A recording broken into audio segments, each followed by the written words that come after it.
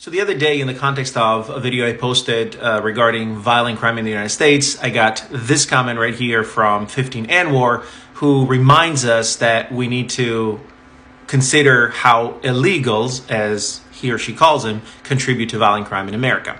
But the question is it true that undocumented aliens are disproportionately contributing to violent crime in America? Let's take a look.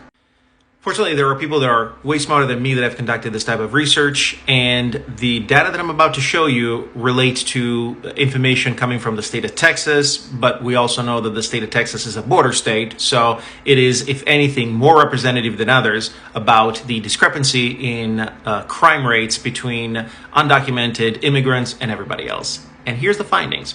Well, data shows that while it's true that undocumented immigrants are contributing disproportionately to crime rate in America, that disproportion is in the opposite direction.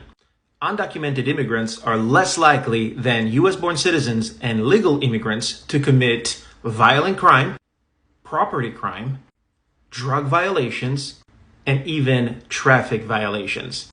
This other chart completely undermines the narrative that some politicians would have you believe if you just listen to them. We've already seen in the previous chart the data about drugs and the fact that the data just disproves this myth that drug violations are committed primarily by illegal immigrants.